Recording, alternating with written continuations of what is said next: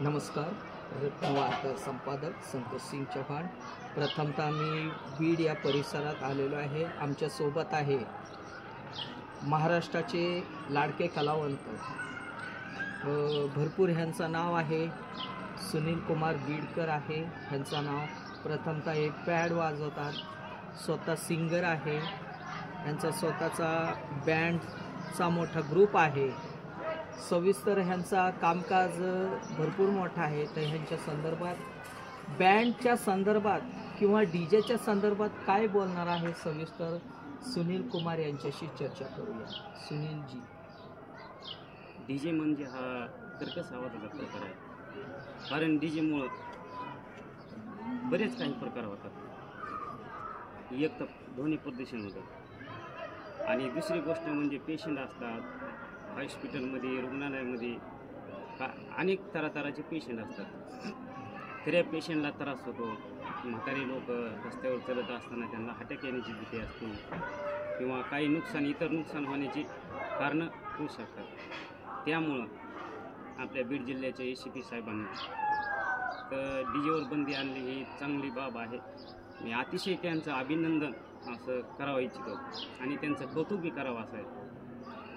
त्यांनी हे सार्वजनिक गणपतीसाठी जे डीजेला बंदी आणली हे चांगल्या प्रकारचं कामगिरी केलेले आहे. आणि त्यांनी पोलीस कर्मचारी, त्यांचा मोठा स्टाफ हा पण चांगल्या प्रकारे काम करू शकला. कारण डीजेमुळं काही नुकसान होऊ शकतं. मोठ्या आवाजाचे डीजे, त्याशिवाय त्याच्याबरोबर मोठे प्रेशरच्या लाईटिंग, त्यामुळं डोळ्याला बाधा होऊ शकते. हा प्रकार थांबला पाहिजे.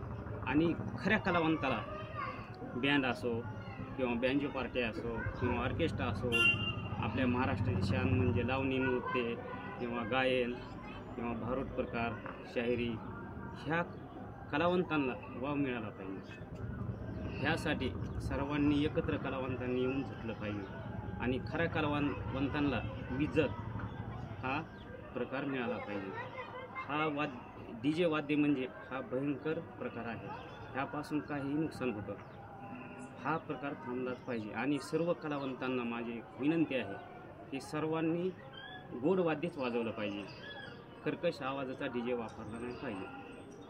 त्यातमध्ये शुभकार्य असो, विवाह सोहळा असो किंवा सार्वजनिक मिरवणूक असो, त्या सर्व बाबींना आपलं गोड आवाजाचं वाद्य, बँड असो, डीजे नको, बँड, ढोलीबाजा यासारखे हलक्या तुताऱ्या यासारखे वाद्य अंमलात आले पाहिजे. हा डीजेचा प्रकार बंदच झाला पाहिजे. हा नको आपल्याला. कारण यामुळं बरेचसे नुकसान होऊ शकते. हीच मला एक सर्वांना कळकळीची विनंती आहे. सर्व कलावंतांना गोड वाद्य वाजवा, आणि डीजेचा प्रकार नको आपल्याला.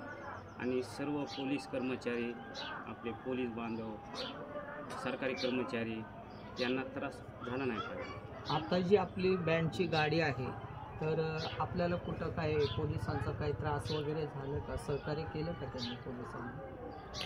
आपल्या बँड पार्टीला पोलिसांचे सहकार्य फुल लाभलं. त्यांनी काहीच नुकसान नाही केलं. आणि शिवाय मिरवणूक किंवा शुभकार्य असो हे चांगल्या प्रकारे पार पडतं. आणि डीजेचा प्रकार म्हटलं की येणार आले, काही वाकडे तिकडे लोक आले, धिंगाणा होतो, भांडणं होतात.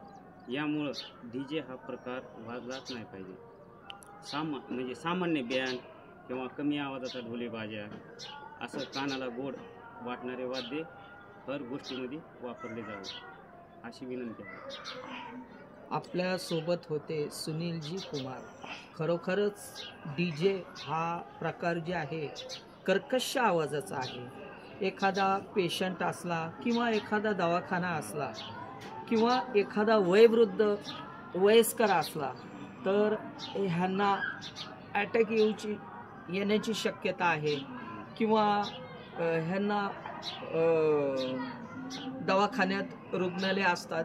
त्या संदर्भात, आवाजाच्या संदर्भात खरोखरच अभिनंदन करायला पाहिजे. आणि खरोखरच ह्यांचे विचार जाणून घेतले, आणि खरोखरच रत्नवार्ता टीम यांच्यासोबत आहे.